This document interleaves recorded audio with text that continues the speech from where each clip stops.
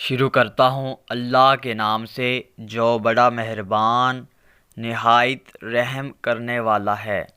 معزز سامعین، السلام علیکم ورحمۃ اللہ وبرکاتہ۔ اللہ پاک آپ کو خوش باش رکھے اور اپنے حفظ و ایمان میں رکھے۔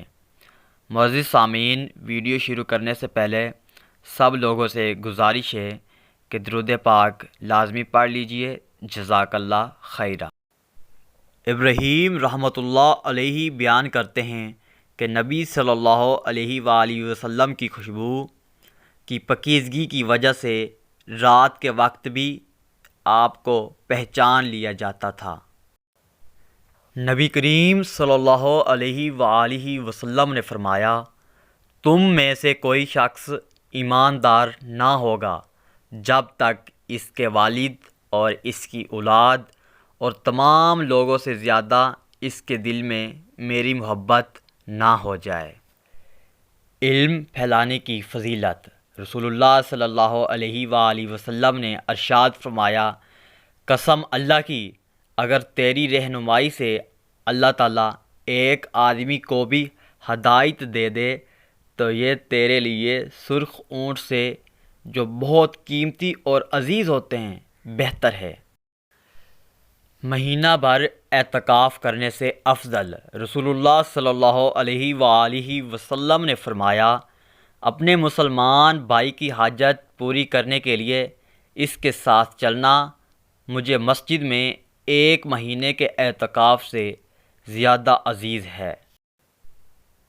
بیٹیوں کی وجہ سے مشقت اٹھانے والے۔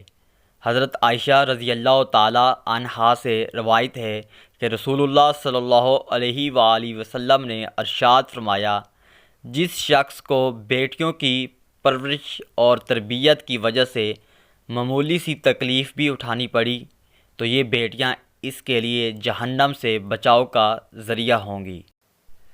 نبی کریم صلی اللہ علیہ وآلہ وسلم کو خواب میں دیکھنا۔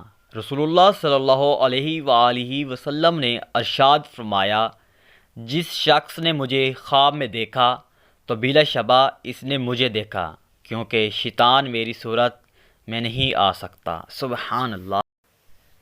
آپ صلی اللہ علیہ وآلہ وسلم نے فرمایا، فجر کی 2 سنتیں دنیا اور جو کچھ دنیا میں ہے اس سے بہتر ہیں۔ رسول اللہ صلی اللہ علیہ وآلہ وسلم نے ارشاد فرمایا، تم صبح اور شام کو 3 مرتبہ سورۃ اخلاص، سورۃ فلق اور سورۃ الناس پڑھو، یہ تمہیں ہر چیز سے کافی ہو جائے گی۔ فرمان مصطفیٰ صلی اللہ علیہ وآلہ وسلم، جب نماز میں کسی کو جمائی آ جائے جہاں تک ہو سکے روکے کہ شیطان منہ میں داخل ہو جاتا ہے۔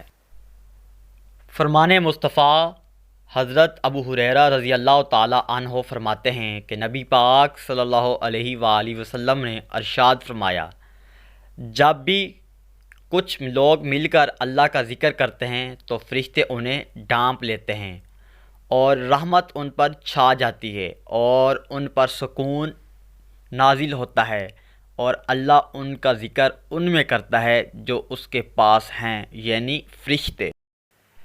مہمان اور اس کے حقوق۔ رسول اللہ صلی اللہ علیہ وآلہ وسلم نے فرمایا، جو شخص اللہ اور آخرت کے دن پر ایمان رکھتا ہو وہ اپنے مہمان کی عزت و تکریم کرے، اور یہ واجبی مہمان نوازی ایک دن اور ایک رات کی ہے۔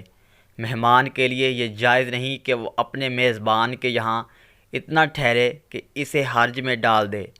مہمانداری ضیافت 3 دن تک ہے، اور 3 دن کے بعد میزبان جو اس پر خرچ کرے گا وہ صدقہ ہوگا۔ حضرت انس رضی اللہ تعالی عنہ بیان کرتے ہیں کہ نبی صلی اللہ علیہ وآلہ وسلم گورے رنگ کے مالک تھے۔ آپ صلی اللہ علیہ وآلہ وسلم کا پسینہ موتیوں جیسا تھا۔ جب آپ صلی اللہ علیہ وآلہ وسلم چلتے تو آگے کی طرف جھک کر چلتے تھے۔ میں نے آج تک آپ صلی اللہ علیہ وآلہ وسلم کی ہتھیلی سے زیادہ ملائم کسی ریشم یا دیباج کو نہیں چھوا۔ سبحان اللہ۔ معزز سامعین، امید کرتے ہیں آپ کو ویڈیو پسند آئی ہوگی۔